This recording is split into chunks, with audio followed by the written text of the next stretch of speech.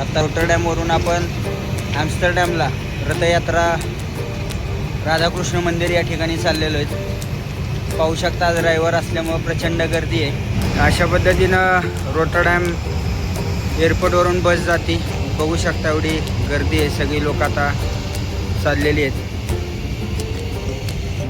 आपल्यासमोर बघू शकता इथं रॉटरडॅमचं हे एअरपोर्ट आहे आणि इथून ही सगळी लोक आता लाईनमध्ये आपण नेदरलँडमधील जाणार आहेत. रॉटरडॅम एअरपोर्टपासून रॉटरडॅम सेंट्रलपर्यंतचा हा आपला प्रवास चालू झालेला आहे. तर प्रवासादरम्यान नेदरलँडमधील सुंदर अशी बसमधून आपण बाहेरचे दृश्य बघू शकतो. मस्तपैकी या ठिकाणी वेगवेगळ्या प्रकारची डिझाईन केलेली घरं आहेत. तसेच रविवारची सुट्टी असल्यामुळं बसमध्ये तुम्ही बघू शकता मुंबईसारखी गर्दी झाली. मित्रांनो, तुम्हाला सांगताना खूप भारी वाटतंय. तुम्ही बाहेर बघू शकता सध्या नेदरलँडमध्ये प्रचंड उन्हाळा चालू आहे. म्हणजे जसं आपल्याकडं मार्च एप्रिल मे महिन्यात ऊन असतं तशा टाईपमधलं ऊन या ठिकाणी जून जुलै ऑगस्ट या महिन्यात उन्हाळा चालू असतो. पण ह्या उन्हाळ्यातही हिरवगार आणि निसर्गरम्य वातावरण फक्त ह्या झाडांमुळे आपल्याला पाहायला मिळते. इथं प्रचंड प्रमाणात झाडं लावलेली आहेत त्यामुळे जास्त उन्हाळा जाणवत नाही. बऱ्यापैकी गार हवा सुटलेली असते. बाहेर उंचच्या उंच आणि गगनचुंबी इमारती आपण बघू शकतो. खूप छान नजारा या रॉटरडॅम सिटीचा आपण पाहत आता थोड्याच वेळात रॉटरडॅम सेंट्रल या स्टेशनला आपण पोचणार आहे. हे रॉटरडॅम सेंट्रलला आपण उतरलेलो आहे. हा रॉटरडॅम सेंट्रलचा नजारा तुम्ही बघू शकता. ह्या बसमध्ये आपण आलेलो आहे. खूप प्रचंड गर्दी होती बसमध्ये. मस्तपैकी प्रवास करून आता आपण आलेलो आहेत.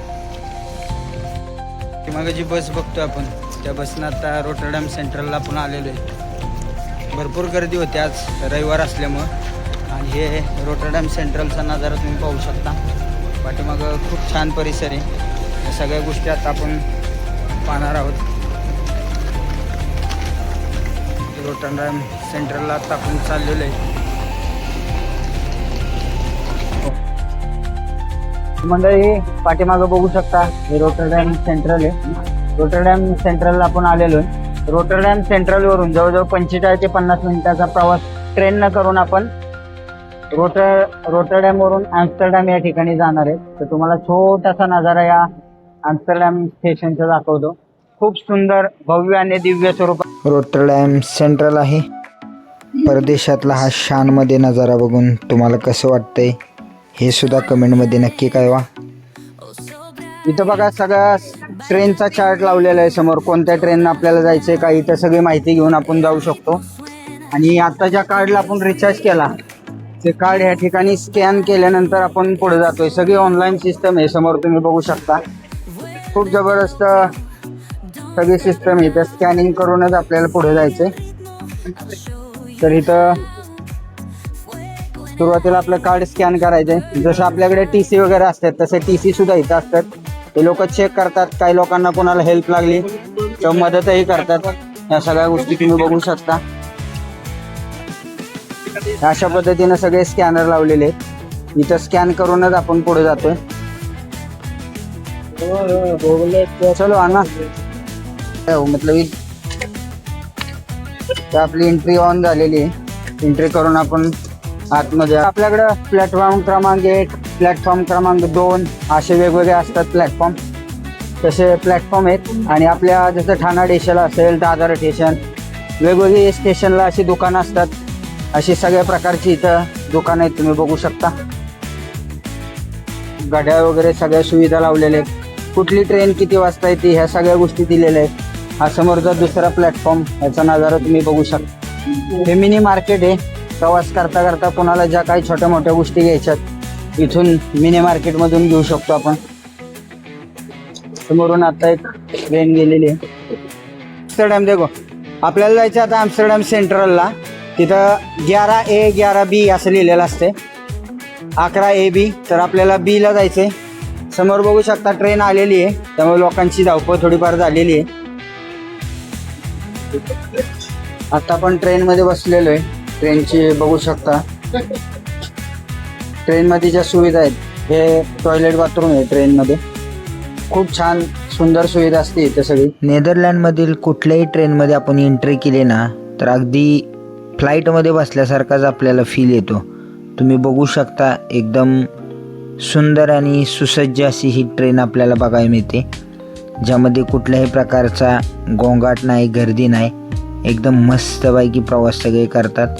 पहिल्या डब्यापासून दुसऱ्या डब्यात जायला आपण असे बटन दाबल्यावर दरवाजा ओपन झाला आहे. इकडं ट्रेनमध्ये सायकलही लोक घेऊन जातात, आपण पाठीमागच्याही व्हिडिओमध्ये पाहिलं.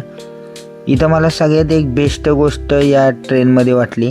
या ट्रेनमध्ये जागोजागी अशा पद्धतीनं कचऱ्याचे बॉक्स ठेवलेले आहेत, ज्यामध्ये वेगवेगळ्या प्लॅस्टिकच्या बाटल्या वेगळ्या, प्लॅस्टिकचा सुका कचरा, ओला कचरा वेगळा, ह्या अशा पद्धतीने सगळे डस्टबिन ठेवल्यामुळं तुम्ही ट्रेनच्या प्रत्येक कोपऱ्यात बघू शकता कुठल्याही प्रकारचा कोणी वेमल, गोवा, मावा असं थुकलेलं दिसत नाही. एकदम स्वच्छ सगळी ट्रेन दिसती आणि शानमध्ये सगळे बसून आपला प्रवास करतायत. मंडळी, या प्रवासादरम्यान आपल्याला पाहायला मिळालं की काही ठिकाणी अशा सायकल ज्या उभ्या करायसाठी स्लोगनसुद्धा दिलेले आहेत. समोर सुंदर अशा फ्लाईटचा नजाराही आपल्याला बघायला मिळाला आहे. तर रोटरडॅम सेंट्रलवरून ॲम्स्टरडॅम सेंट्रलला जवळजवळ एक 45 ते 50 मिनटाचा आपला हा प्रवास आहे. या प्रवासादरम्यान नेदरलँडमधील जे सुंदर असे दृश्य आहेत ते आपण ट्रेनमधून बघतोय. इथले खासियत म्हणजे प्रत्येक ठिकाणी तुम्हाला तलाव, पाण्याचे कॅनल्स बघायला मिळतात आणि ते कॅनलच्या बाजूला असणारी झाडी, एवढी प्रचंड झाडं या ठिकाणी लावल्यात, त्यामुळं कुठेही आपल्याला जास्त उन्हाळा जाणवत नाहीत. आजूबाजूला बघू शकता सुंदर अशी शेतीसुद्धा आहे. ह्या शेतात वेगवेगळा मालही पिकतो. त्या संदर्भातही आपण सुंदर असा एक व्हिडिओ नंतर बनवणार आहेत. आपल्याकडे जसा मोबाईलचा ट्रेंड यायच्या पूर्वी ट्रेनमध्ये मुंबईला, पुण्याला बरीच लोक पेपर वाचायचीत, पुस्तकं वाचायचीत, तशाच पद्धतीनं मलाही या ठिकाणी हे काका पेपर वाचताना दिसले. या प्रवासादरम्यान बाहेर आपण बघू शकतो सुंदर अशी गाई, वासरे चरताना दिसतात. तसेच ट्रेनमध्ये आपल्याला फिलिपिन्स कंट्रीतला हा कार्यकर्ता भेटला. त्यानंतर आमच्या बऱ्याच गप्पा रंगल्या. भावा कुठला, कसा आहेस, कधी आलाय नेदरलँडला.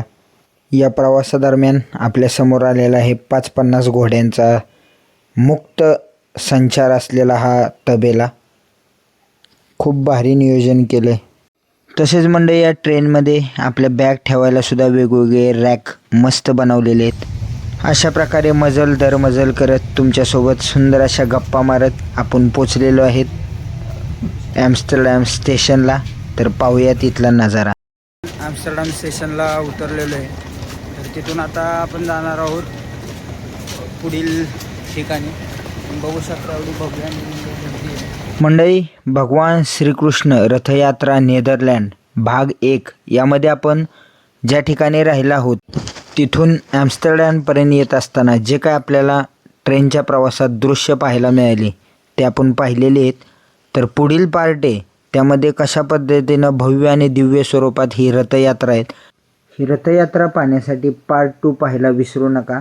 आणि आयुष्यात तुम्ही ट्रेनमधील सगळ्यात पहिला प्रवास कधी केला हे कमेंटमध्ये नक्की कळवा. लवकरच भेटूयात पार्ट 2 मध्ये. राधे राधे.